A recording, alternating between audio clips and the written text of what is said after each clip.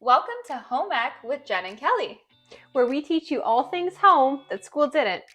Today's lesson, we're going to be talking all about a real estate deposit and what that means for you as a buyer. So, Jen, why don't you let us know what a real estate deposit is? So it's pretty simple.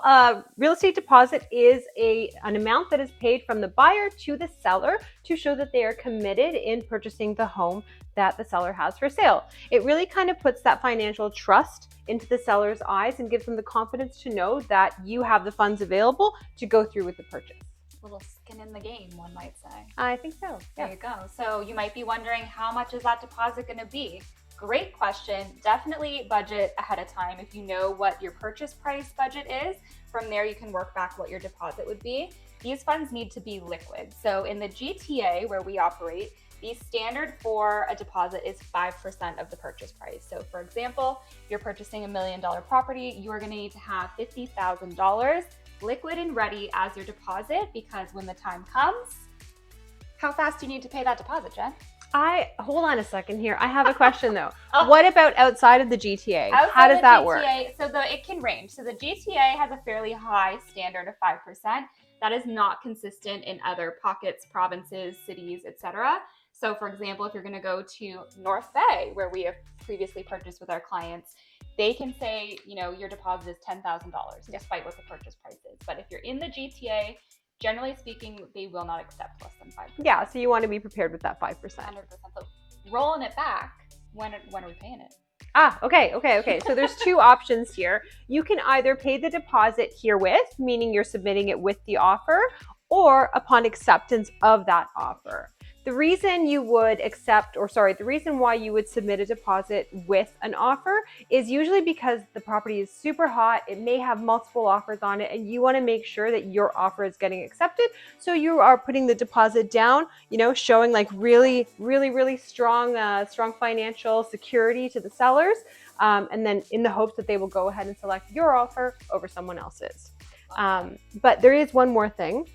So with an accepted offer, that needs to be delivered within 24 hours unless it's stated otherwise in the agreement.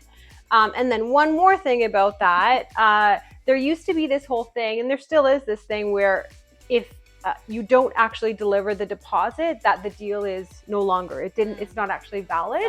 But that is actually not the case whatsoever. So if you've heard that rumor, it is not true. You are legally held.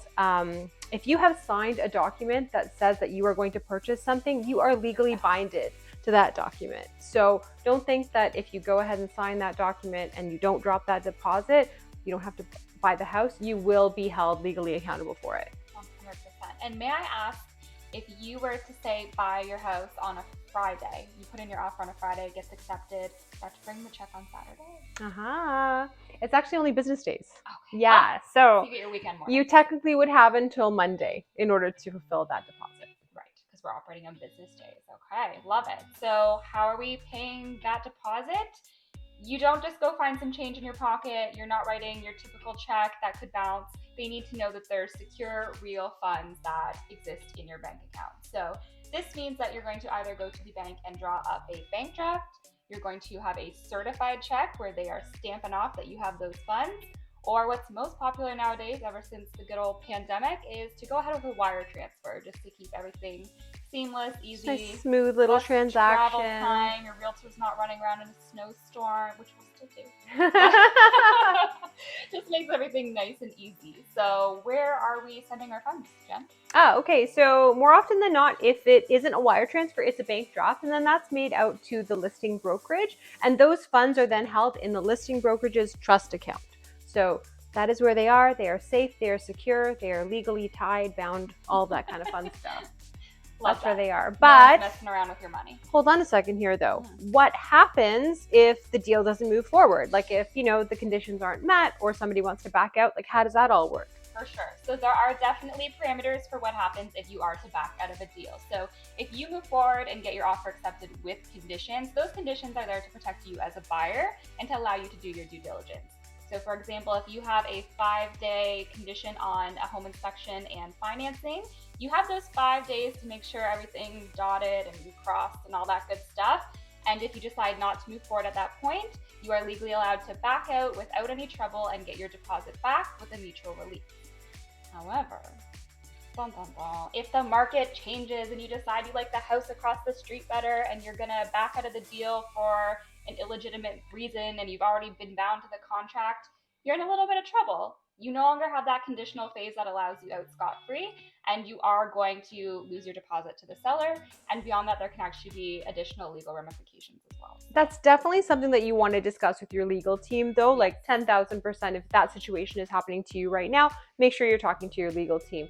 But for the most part, if you have, done your due diligence, you've got the home inspection, the financing, all that kind of stuff is nicely wrapped up into a bow, you are signed, sealed, and delivered to go through with that purchase. So tread carefully. All of these things are in place to make sure that people aren't just running around buying houses, breaking deals, messing with people's livelihoods, and leaving people homeless. Yeah, so not a good thing. Definitely important if you are purchasing a home, be serious, hold to your contract, stay to your commitments. We know life happens, but our professional opinion would be to go through with your purchase.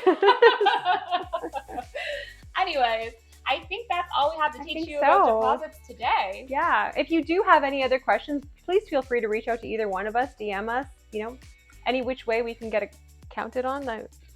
You know it. If you did find value in what we shared today, though, please subscribe to our channel, leave us a comment, like the video, all that good stuff, and we'll see you next time. Thanks so much for stopping by.